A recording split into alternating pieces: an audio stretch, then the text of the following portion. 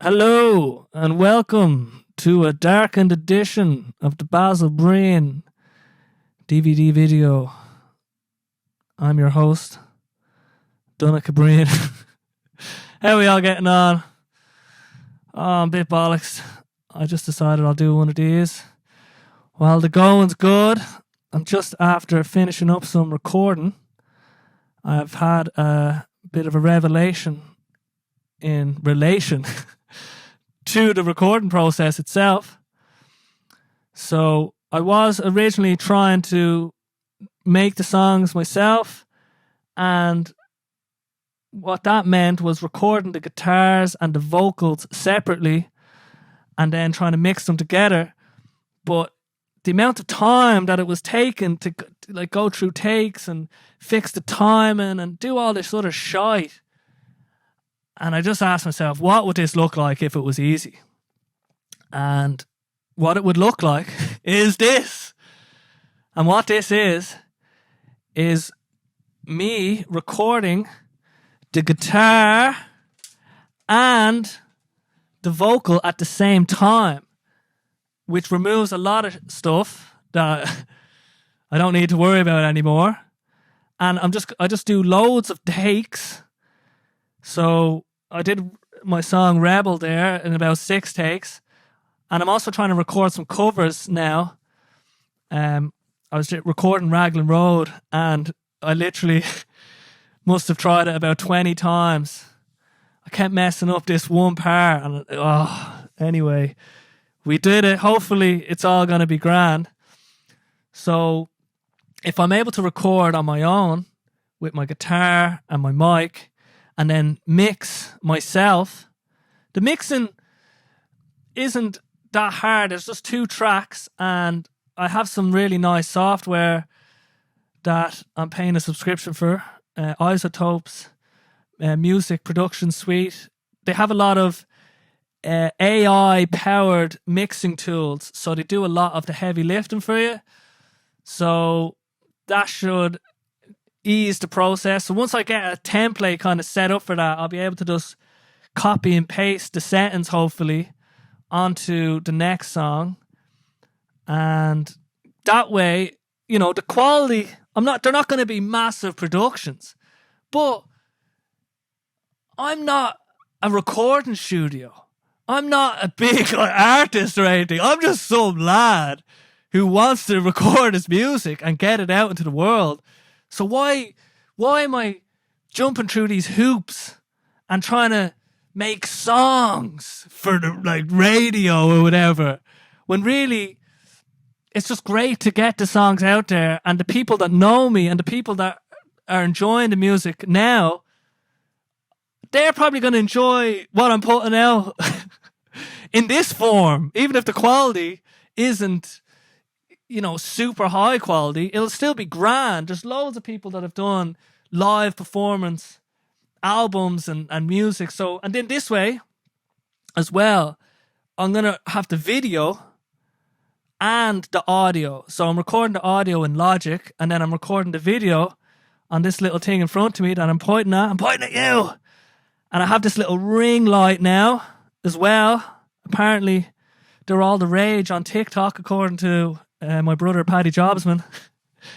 He recommended this ring light. Well, he said if I'm going to I was looking into lighting, because lighting is another aspect of the production process. I've done a bit all right here. I have a kind of light offset there pointing to the wall, because if I shine it at me, I just turn into a ghost. And then I have this other light here. I don't know if you've seen Bo Burnham's Inside. It's a great I don't even know, piece of work. It's one of the greatest pieces of works ever produced by a single individual. He did all the editing himself, the video editing, the audio, the writing. It's one of the most impressive things I've ever seen somebody do. But the way he plays with light to create different scenes from just basically a blank canvas behind him, which is just a wall, it's very inspiring. And it makes you think, Jesus, if you got this whole lighting situation down a bit, you could really make things look half decent. Because a lot of the camera work apparently because it comes from having okay lighting. Anyway, you know, I'm dealing with this whole musical journey. There's so many rabbit holes. I've gone down the mixing rabbit hole so many times, and you know, trying to hopefully will be able to produce music on my own one day, but I'm not there yet. I'm still learning stuff. I want to actually be able to play the piano. So this is going to take a few years. But if I learn how to play the piano, then I can basically play any instrument, like virtual instrument, and hopefully then I could do live performance where I'm able to improv with the piano and create beats like your man Mark Riboulet, who, if you haven't seen, you should really check out. I'd love to be able to do even half of what he does. So that's the plan. But in the meantime, I'm in this kind of for the long haul. I'm not in any rush. And I'm going to be doing the music thing for the rest of me days. You know? So I'm not in any rush to make songs of super high quality, let's say. What I am kind of in a rush to do is just get more music out there. I'm just twiddling me fucking thumbs, going back and forward, going to these recording studios in town and trying to get a really good result, doing takes, time and everything, and blah, blah, blah. And I'm putting all this effort in, and I'm not putting enough effort into performance and producing good musical performances. And so this way of doing it actually ties in to my general musicianship, which I have to raise. I have to bring that level up in terms of my ability to sing and play guitar at the same time at a decent level. So, and it makes me want to practice more. So I'm like, geez, I have to record this song. I better make sure that I've practiced it a lot before I record it to make sure it's not too crust, you know? So it feels like this is the way forward, to just record the music live, and then I'll get the videos for the YouTubes, the Instagrams, and the Facebooks, and then I'll also have the audio that I'll put on Spotify, and I'll just put like a live demo or something in brackets to make it so that I'm not tied into this being the final version of the song. One thing on Spotify that annoys me is when there's multiple versions of the same song with the same title. So I don't want to add to any more of that sort of thing. So I'm going to try to distinguish them differently. But I'm just going to record loads of music from this couch. Like, I should be able to get sort of an album out in the next like 6 months with this stuff. So if I produce 3 songs, let's say, then that's like an EP, and then I just do that 4 times, and then that's 12 songs, and then I bundle them again. So the first bundle of songs, I want to release. You have to be very careful with telling people what you're going to do, actually, because number one, you get that feeling of doing it before you do it. You know, I don't know how many people I've seen, and include myself, that were like, oh, I'm going to start a blog. You do like one post, and then that's it. There's just a graveyard of one-page blogs that exist because of this very reason, that we enjoy so much telling people what we're going to do and then don't actually do it. But so I'm not going to go too into it, but just know that there will be more music.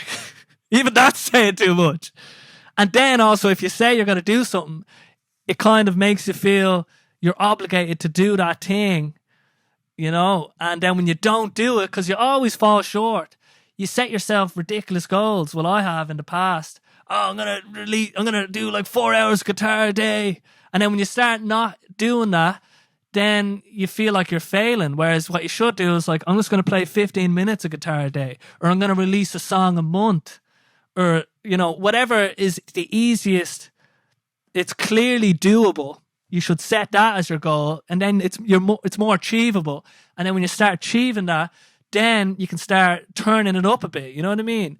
So don't start with a big lofty goal. Start with a little small goal and then increment from there. Get the early wins of achieving the smaller goals.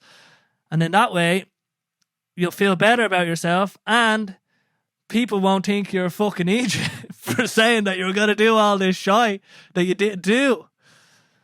Like, I started putting out some musical ideas. I had this idea to put ideas out in a simple form and in a raw kind of form. I was basically just sitting down, coming up with generated chord sequences using this website called Chord, and then coming up with melodies and then putting lyrics on it, because I was thinking, not only will I come up with ideas, but I can also have that as content, and then perhaps people will enjoy that content. But it didn't really go down that well, and it's clear that the content itself is of low value. Like, the ideas themselves aren't fully fledged specimens, and they're actually low quality specimens, because by definition you haven't chosen these to produce a song with. So I think in terms of value, like, there might be value to some people to see that kind of process, but it's not really for everybody, and especially considering the people that I'm currently reaching at the moment, you know. They probably don't want to hear from me, but just have heard from me, unfortunately or fortunately. And yeah, so the point is just focus on more high value content. And what can I produce of high value? Perhaps it's my own music, it's covers of other songs that I love, and it's these little podcasts. So that's the plan now, you know. And then we might change the plan again. But for the foreseeable future, I'm going to be recording my own music on my own, putting it out, and whatever happens with it happens, you know? As in, it doesn't need to be this polished, finished, perfect little thing. It just has to be a representation of what the music generally is. The lyrics, the general vibe of the song, I'll be able to capture on the guitar and with the vocal. So I'm feeling really good about it. And I've just turned my sitting room into a makeshift kind of studio. I have some cushions in the corners, because apparently that's the best place to acoustically treat, because the audio will bounce around and it gets stuck in the corners, and then it gets targeted from the corner, and the resonance will mess up your recordings, basically. So if you can attack the corners, and then I have like pillows behind me here that I've lifted up from the cushions of the couch, and I have other blankets. I've loads of other stuff. I've blankets on the floor. So I'm trying to do the best with what I got. I have a decent microphone, a little pop filter here, you know. So I should be able to get something all right. And I was doing some testing during the week, or last week. I had these couches lifted up and stuck in the corners, and I was able to produce a better quality sound, perhaps, because it was absorbing. Like, stuff like couches and stuff are great for absorbing sound. So if you stick them in the corners, as in you put them up on their side, this couch actually is in 2 parts. Anyway, but then I was like, the effort of doing that every time, and it's already enough effort. If you've seen all the pillows around me and everything else, it took about an hour just to get set up. But hopefully I've learned more this time setting up, and then that'll go into the next time, and then it'll just become a well-tuned machine of musical shenanigery. Musical shenanigans, I should have said. But you can't go back. And then hopefully when I get good high-speed internet, do some live streaming, see how that goes. I was doing a bit on Facebook. My internet is so bad here. This house and a few other houses just missed out on the fibre optic revolution. So we're still in the dark ages. And I do have a 5G phone, but I only get 5G when I'm about 20 meters away from my house. So I haven't been able to do... I'd love to be able to do the live streams justice. And there's lots of things you could do with the streams in terms of customizing the video. You could... I know, because I have a bit of... development in me, I can develop and build website stuff. So you could have it so people could send audio and you could have it play on the stream. You could link everything in a way, and you could link in comments so they're appearing on the screen from various different platforms. If you're able to do it on multiple platforms, that would be the best. So you're getting as much of your audience as you possibly can get in. So that's another thing on the old noggin. But I'll leave it there, We're out of the lockdown, it looks like. The lockdown of our rights and liberties. It's been a very strange 2 years, I don't drink, but I'm looking forward to us going out and us having the crack and just being around people, just in the buzz of it. It's been so long. Just can't wait to socialize with people, in a way that's that can only be achieved in the pub and the nightclubs and the seedy little smoking areas out the back. So I'm looking forward to that, and I'm glad to see that I knew in my heart of hearts that there wasn't some global conspiracy, and I knew it would end. I didn't think it was this thing that was going to go on forever, and I knew that once the data was shown, you could say that they made a shite of certain things. They were looking at data, and you could disagree with their decisions, but there was going to be a day when a particular set of data would lead to decisions being made that would liberate the country, because basically the data would just say, well, it's not that bad. And once, everyone has different definitions of bad, but, I knew that day would come. Until the next variant, as they say, It's nothing's good enough for the conspiracy people, though, because they can just say, "Oh, wait till this was just stage one." You know what I mean? It's never enough. And I mean, I don't want to get too political. I think everyone should have the choice in what they do with their own bodies. Get their tattoos and needles or whatever else. That should be up to them. But I'll leave it there because I'm tired. And I'll just leave it there. And I'm going to leave it there.